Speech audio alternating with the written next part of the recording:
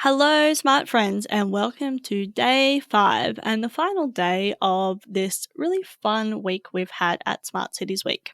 In this episode of the Smart City podcast, I had a fantastic conversation with Tom Mueller, an economic geographer and one of the co-founders of Be Smart City.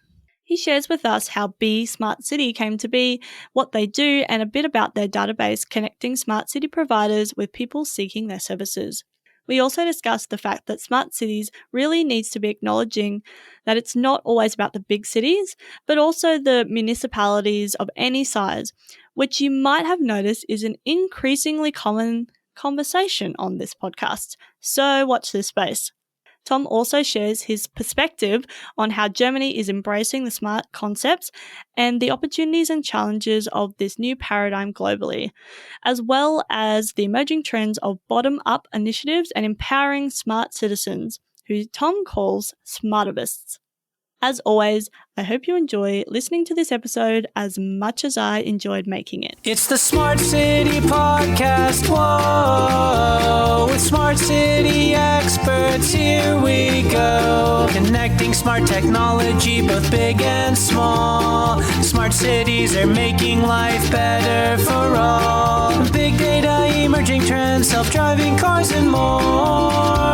The Smart City Podcast is what you're looking for.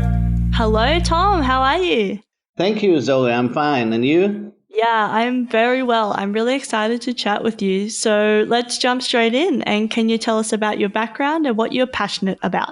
Okay, to answer this question, basically, I think I need to tell you a bit more about the story of Be Smart City and the perspective of the three founders, because it is not only me, but rather three people who have started the Smart City company. And our passion basically goes back a few years. And the three founders have always been passionate about the development of cities we lived and worked in. Myself, I am an economic geographer and also holding an MBA. And I've worked in the public sector at state, regional, and local level for the past 15 years, mainly in economic development. And it always fascinated and also satisfied me to see how future-oriented projects and initiatives can benefit citizens, companies, and the local government itself. The second founder, Bart Gorinsky, who had the original idea also for Be Smart City, he's a real estate professional. And then he worked for Europe's largest housing company as head of innovation and strategy. Yeah, wow. His passion basically on smart cities was derived or first nurtured, I would say, while he did his MBA in Harvard and Reading, where he then also wrote his thesis about regenerating communities. And ever since, he was into smart cities, and he also worked on a lot of smart district solutions during his time in the real estate industry. And then our third co-founder, Dr. Alexander Gelsin, he's a bit more exotic in a way because he is an astrophysicist. Wow. He first actually worked in science on galaxy cluster detection, and later then he changed into the business sphere and did big data analysis and product development as an IT consultant. But his passion is that he believes, and this is also due to his scientific background, that technology and humanizing data can bring positive change that facilitates the development or to solve problems in cities and communities. And if you take this together, you see that we have been working a lot in spatial development, whether it's real estate or economic development, and that the technology that we today see also in the smart city movement kind of connects us to each other. And we want to utilize, of course, this development to really tackle the challenges that cities have today. And on our whiteboard in the office, we have kind of written our motivational motto that really motivates us every day, which is "Smile, you are changing the world." And this is exactly what drives us in our efforts to make available best practice solutions globally and to accelerate smart city development with Be Smart City. And we believe that we can improve cities and communities by tapping into collective intelligence to leverage the best solutions and also new methodology to drive efficiency, sustainability, equality, and economic prosperity. And these are actually exactly, I think, the big challenges that we have currently in cities and communities across the globe. Mm. I think you've already kind of answered this, but what kind of sparked your interest in this smart city space? Actually, this is exactly the background that we had. I mean, me working in local government and really fighting every day to create new opportunities for people, but also for businesses, is something that is really important. And I think if you want to really change the development and successfully tackle all the problems that we have currently, then it needs to be done at the local level. And this is on the one hand from my background, what government does, and on the other hand, you also need the private sector. And Bart Gorinsky is a perfect example on how, for example, the real estate industry is adopting technology to increase livability and also support the development of cities on the local level. And so having also the educational background, this is something that has developed over the past, I would say, 15 years from my perspective, and with Bart Gorinsky about 10 years that we have been into these topics. And I think, yes, the interest was sparked during our education, but it's still fresh and pretty active today. Mm. Yeah, awesome. So tell us what a smart city is to you.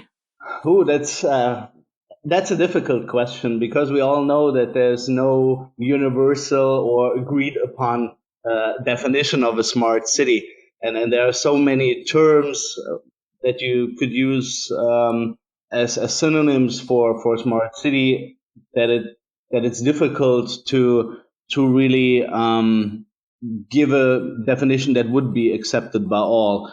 From our perspective, we have because we don't have this universal definition, we have come up with our own definition actually. And for us, the smart city concept describes the ability for utilizing the capacity of a city or a community to create and adopt solutions for overcoming challenges and seizing opportunities that help transform the place we call home, which basically are the cities and communities, to a more prosperous and more livable place. And this for all stakeholders. And I think what then defines how smart a city is basically the ecosystem of solutions that are implemented over time. While some cities and communities may be more advanced than others, um, from our perspective, it is an evolutionary process, and it is kind of a continuous development circle in which a city or community steadily improves its services and processes for all stakeholders, and foremost, of course, for the citizens that live in the city. But there are also two important aspects that I want to add here. Um, First is we believe that smart city is not purely about technology. While often the smart in smart city is kind of explained as being the technological aspect, we believe that technology and data are important enablers, but for a truly successful smart city, it is more about a smart way of implementing solutions. And this is even, I think, more important than the technology itself, because the success depends on how good you know your customers' needs. And in the end, these customers, whether they're citizens or businesses, they need to engage and adopt the solutions that a city implements. So you need to know as a city how you can best reach and engage your actual customers. And the second thing that is important, that although in the term smart city, we have the city, from our perspective, it means municipalities, regardless of their size or geographical setting, whether they're urban or rural, because basically, and even internationally seen, they all face similar changes and problems that can be solved or reduced with smart city solutions. Yeah, no, I totally agree. I think smart region, smart community is so important, and the term is smart city at the moment, but I think it will slowly morph into something a bit more inclusive. However, when I say city, I also mean, all those different areas as well. It's not just city; it's about the place that people are hanging out in and living in. So, why do you think that this concept is so important? I think it is of high importance because it represents, I would say, a new paradigm in the development of cities and communities. One that takes dramatic changes in traditional location factors and also the empowerment of the end customers, citizens, companies, and other stakeholders into account, which are mostly an outcome of new digital technology and the internet. And these changes are practically relevant for all aspects of urban development. And as such, the smart city concept should be regarded as a holistic approach to gradually increase livability and prosperity in cities and communities through the optimization of processes, increasing efficiency and sustainability, as well as through increasing equality, transparency, and participation. And most of these problems and challenges of our time can only be solved effectively, as I said before, on the local level. And national governments or regional governments can merely kind of set favorable conditions. But the action and the change or the outcomes that we want to achieve can be mostly influenced on the local level. And this is why it is important that cities and communities embrace the concept of smart cities, um, to basically drive this change. And from our perspective, the smart city process is not a master plan. It's more a process that is nurtured from the bottom, because you need to have that inclusive development and engage the stakeholders.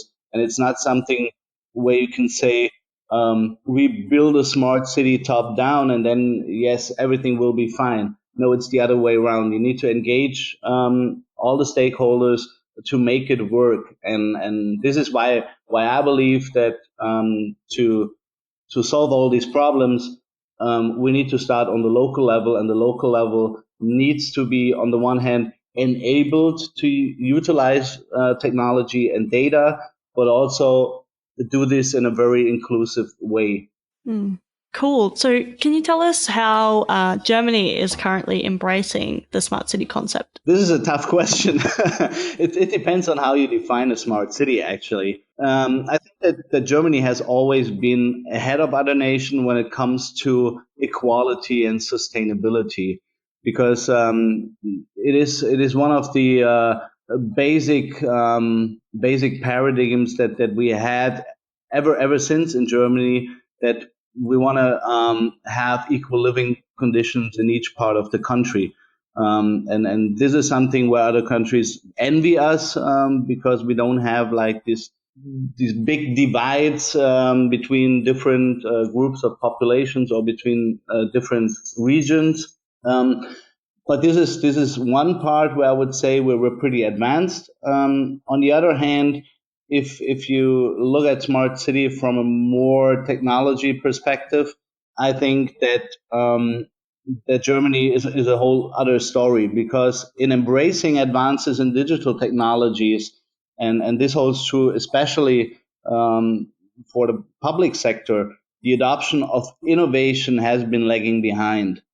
Um, to give you one good example, in a recent interview we did with Jonathan Reichenthal, the CIO of the city of Palo Alto in the US, he said something pretty important. He said that there's a tension between innovation and regulation, and how do we make sure that something is innovative and useful but also regulate it so that people don't get hurt or it doesn't have negative effects.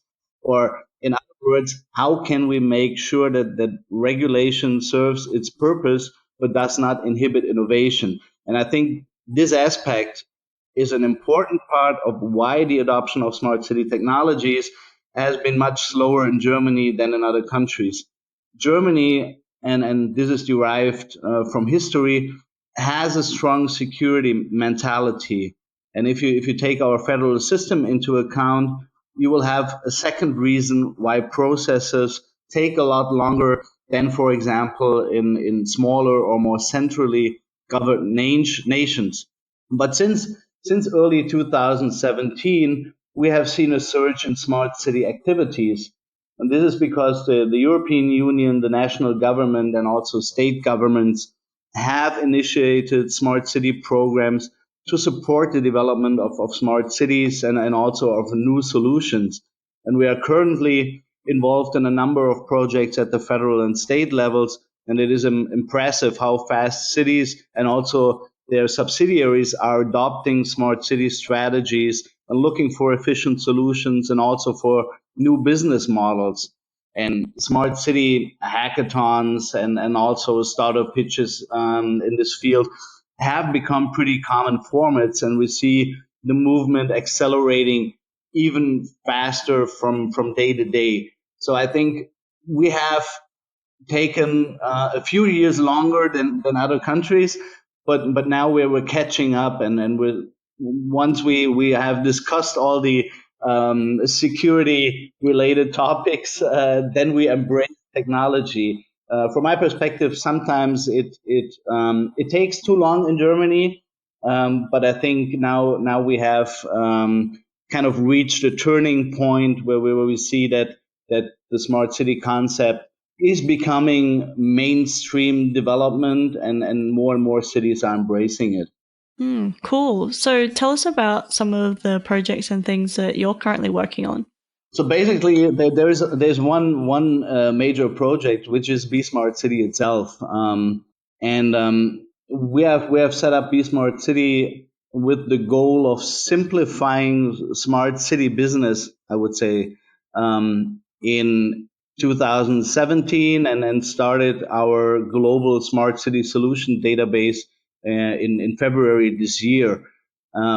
What we have learned over the past years and in visiting a lot of smart city conferences and exhibitions is that we always talk about the big challenges that lie ahead, but that on the operational level, what everybody is looking for is about lessons learned, is about proven solutions. And basically last year at the expo in Barcelona, there was one conclusion that said we need to share best practices globally. And this is what Be Smart City is about. This is how we want to accelerate the development of smarter cities and communities globally by exactly enabling and facilitating the sharing of best practices globally.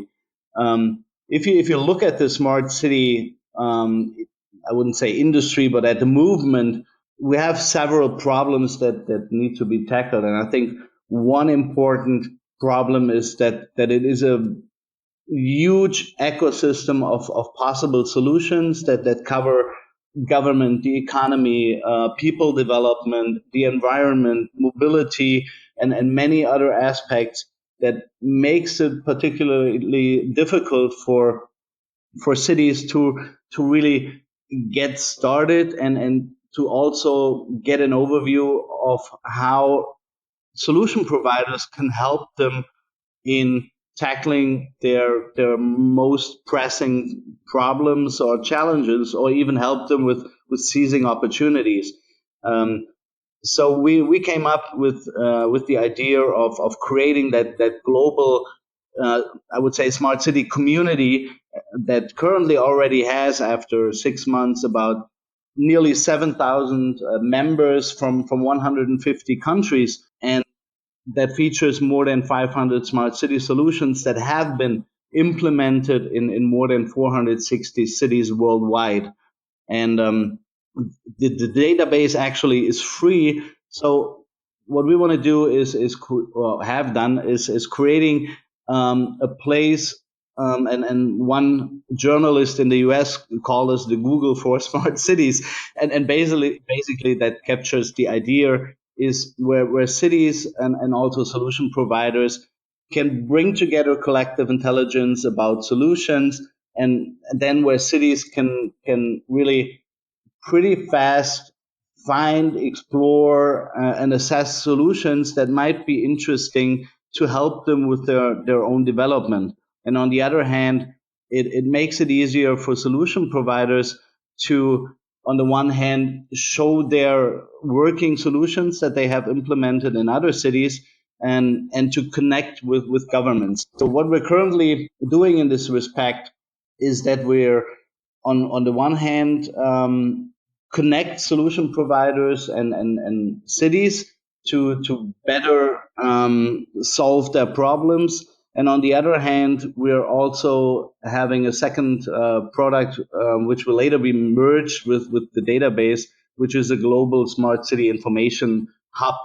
And here we portray successful cities, and we write about solutions, and also about smart city startups, for example, to raise awareness globally for the smart city movement on the one hand, and on the other hand, by also portraying successes and successful strategies so that other cities and communities can learn, and do not need to make the same mistakes that other cities did in the past. Yeah, we want to develop actually this the platform and also the information hub into the world's largest smart city business network. And as you can imagine, this takes a lot of effort, and this is our main project, with the intention of really making the collective intelligence and the knowledge about smart city solutions available globally.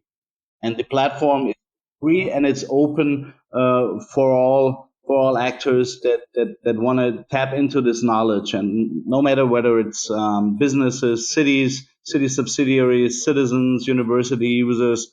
So yeah, it's accessible for everybody online. That's awesome. I think that really kind of the next question I was going to ask about was, how do we integrate across these different disciplines in government and industry? But I think your platform does exactly that. Yes, but I think there's a second side to this. One thing is, making the smart city market in a way transparent is in itself interdisciplinary, and it connects also government and private sector businesses. But I think what is important is that cities need to embrace a few things, and I think one of the most important aspects about smart cities is collaboration. And collaboration is a key element that is needed to really successfully transform cities. And this collaboration is or needs to be regarded within cities, across departments. We talk a lot about breaking up silo thinking in governments as one important prerequisite for smart cities, but also collaboration between the government and private sector business, or if you say so, it's about public-private partnerships. And I think those collaborative efforts, whether it's government internal or external with private partners, needs to be nurtured. And we see, especially if I take the German case again, that often cities believe they know everything, and this is pretty dangerous thinking if you want to make progress, because you need the input of all the different stakeholders, and you need to be open and transparent about what you do, and take into account the needs of the other stakeholders. And this is why I think collaboration and interdisciplinary approaches are very, very important. No, I definitely agree. I'm keen to hear what you think about the next question, which is about emerging trends. So, what do you think people aren't talking about enough in the smart city space? Well, let me say first what I think they are talking about enough, and this is all the latest technology. And I think this is one thing in the smart city movement, that we need to be aware of what we really want to achieve, or in other words, purpose. Purpose is the most important aspect in smart cities. Um, a lot that has been done in the past is piloting the newest technologies and doing a lot of marketing with the smart city theme. And I think this is, although I understand from a political perspective that it is an important aspect, it is not what it should solely be. But rather, what we should talk about is the empowerment of smart citizens. We call it the rise of the Smartivist, which are actually, or is actually the development that governments need to take into account the knowledge and also the passion of local champions and citizens willing to support the development of smart cities, and really recognize the value that is, yeah, that this intelligence of the citizens brings into processes and optimizing processes, because without, as I said before, without this human centric perspective, it is very, I would say, it is a waste of money and a waste of a lot of different resources, and it won't be really possible to create sustainable and working solutions. This is, I think the private sector has learned this years ago, and there was this saying, "Build it and they will come." And this is something that is actually not the case. So you need to listen to your customers, and this is something I think. Although we have been talking a lot about this in the past, I think about 2 years, and a lot of cities have embraced this. There's still, especially in countries and also regions that have not yet embraced the smart city concept widely, where we need to clarify that they don't need to start where, for example, cities in the US and Asia have started about 10 years ago. It's not about solution providers sell you the latest technology, but rather you should enter the smart city movement with a people centric approach directly. And I think this is very important. And this also implies the second thing that we should talk about is about the power of bottom up initiatives, and not thinking in master plans. There is no having 30,000 sensors in the city and you're a smart city. It's rather about solving challenges that benefits all the different stakeholders, and then you gradually increase the ecosystem of solution, and this will make you smarter and smarter, while at the same time considering urgency and needs for solving those problems that give you the biggest headaches, or that provide the best opportunities to increase livability and prosperity. Yeah, no, I agree. And I read your article on the Smartivists, so I'll put the link in the show notes as well. It's been so great to chat with you, Tom. Morning for you, afternoon or evening for me. I really just have one last question for you, which is, how can people connect with you? Oh, that's pretty easy in the digital age. So, yeah, interested people can go to our website, which is Be Smart with 2E. Maybe I should explain that because it may sound strange. Yeah, we all want to be smart, but why does the B have the two E's? And this is basically two aspects. First is B's are about a collective. And as I said before, we want to utilize the collective intelligence. So we always say, be a bee and be part of this movement. On the other hand, these, there would be no life on this planet, and which is the mantra of really about smile and change the world and make it a better place. So these two aspects are in our brand, and this is how we perceive this movement. So people who want to connect with us should enter in their browser bsmart.city or find us on the social channels with the handle at bsmartcity. And yeah, we look forward to your comments and new contacts and discuss with you how we can together accelerate the development of smarter cities and communities. So again, be a bee and join our platform. Awesome. Thanks so much, Tom. We'll put all the links in the show notes so people can click away and find you and join the movement. So thanks again. It was so great to chat with you, and I look forward to our next conversation. Thank you, Zoe. I'm doing the same actually. It was a great discussion. Awesome. Thanks, Tom. Talk soon. Bye. It's the Smart City Podcast. Whoa. Thanks so much for listening to the Smart City Podcast. Show notes for this episode and all other episodes can be found at thesmartcitypodcast.com. If you have any questions or comments for me or any of my guests, connect with me via email, zoe@thesmartcitypodcast.com, or via the socials. I'm on Twitter and Facebook at SmartCityPod. As always, I hope you enjoyed listening to this episode as much as I enjoyed making it. Smart City Podcast is what you're looking for.